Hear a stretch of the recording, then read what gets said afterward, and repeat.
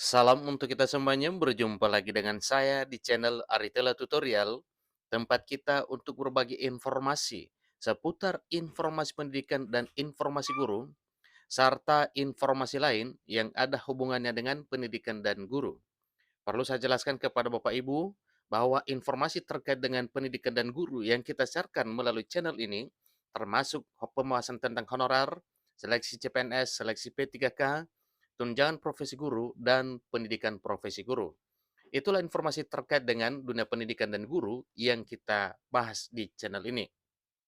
Nah, Bapak Ibu, pada pertemuan kali ini ada satu informasi yang perlu saya sharekan kepada seluruh Bapak Ibu honorer tanah air terkait dengan pernyataan Menpan RB terkini, yaitu memberi penjelasan tentang nasib honorer sesuai dengan Undang-Undang Nomor 5 Tahun 2014 tentang aparatur sipil negara.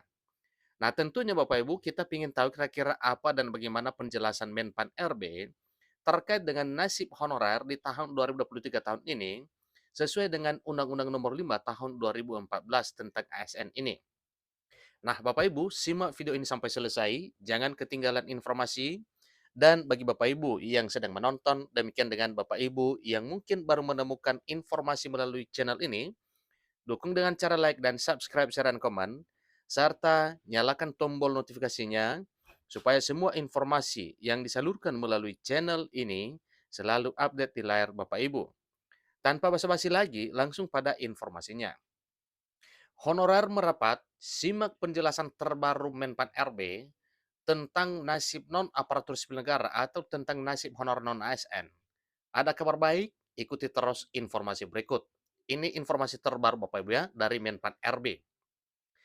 Berita Solo Raya memuat satu informasi penting terkait dengan nasib honorer non-ASN, di mana hal ini berdasarkan apa yang disampaikan oleh Menteri Pendayagunaan Aparatur Negara dan Reformasi Birokrasi atau Menteri atau Menpan RB, Abdullah Azwar Anas, yang menyampaikan presentasinya dalam kegiatan sosialisasi dan asistensi RB, tematik, dan perubahan roadmap reformasi birokrasi 2020-2024 Provinsi Banten.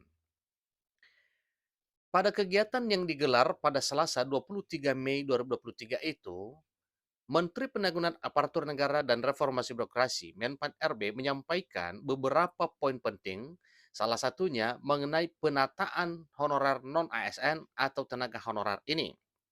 Nah, tentunya ini Bapak Ibu merupakan satu hal yang perlu disimak oleh Bapak Ibu honorer terkait dengan apa yang disampaikan oleh Menpan RB pada Selasa 23 Mei 2023 semalam melalui presentasinya. Sebagaimana diketahui bahwa pemerintah disebut akan meniadakan tenaga honorer atau non-ASN di instansi pemerintah sesuai dengan mandat Undang-Undang Nomor 5 Tahun 2014 tentang aparatur sipil negara.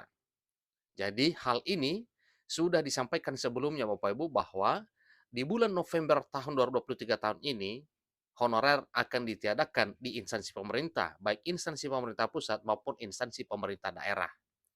Nah, tentunya ini ya sesuai dengan dasar yang telah dibuat oleh pemerintah sebelumnya. Hal ini turut disampaikan oleh Menteri Pendayagunaan Aparatur Negara dan Reformasi Birokrasi Menpan RB Abdullah Azwar Anas di hadapan para pimpinan daerah Provinsi Banten.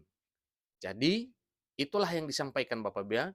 Katanya di tahun 2018 mengamanatkan ada aturan tidak boleh lagi per 28 November ada non-ASN kecuali P3K dan ASN. Artinya di 28 November 2023 tahun ini setelahnya hanya ada ASN yaitu P3K dan ASN PNS. Tidak boleh lagi ada honorer non-ASN. Tapi nyatanya honorer kita dari 4.000 ternyata jadi 2,4 juta. Ini kata Menpan RB dikutip berita seluruh.com dari kanal YouTube Kementerian Pan RB.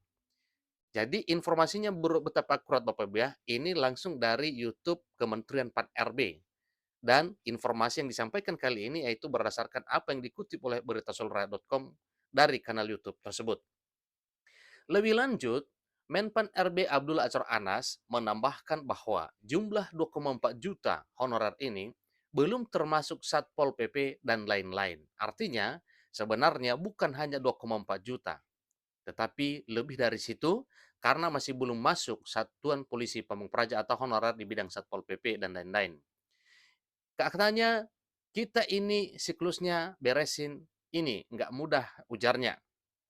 Selain itu, Menpan RB menambahkan permasalahan lain yang dihadapi honorer non-ASN, yakni banyak non-ASN yang tidak lulus seleksi P3K.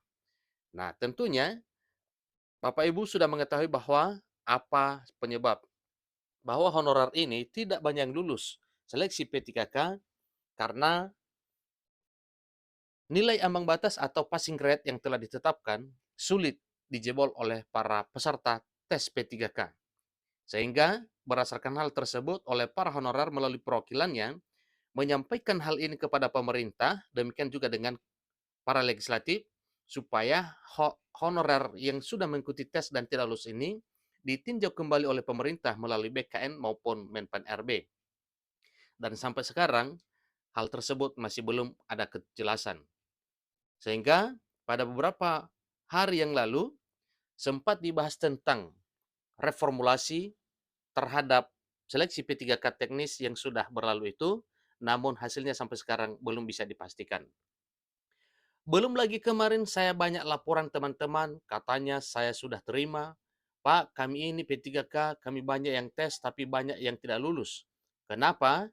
Minta passing grade-nya diturunkan supaya mereka lulus. Ini kata Azwar Anas selaku Menpan RB atas dasar laporan yang disampaikan oleh para peserta tes. Sebelumnya terkait passing grade bagi P3K, Menpan RB telah meminta kepada BKN untuk membuat simulasi dan kajian terkini mengenai kelulusan dalam seleksi pegawai pemerintah dengan perjanjian kerja atau seleksi P3K. Menurut Menpan RB Abdullah Azhar Anas, berdasarkan reformulasi dan simulasi yang diadakan BKN, nantinya bisa diputuskan bahwa adanya potensi afirmasi bagi penentuan passing grade atau nilai ambang batas sehingga tidak menyulitkan para tenaga honorer untuk bisa lolos menjadi aparatur sipil negara.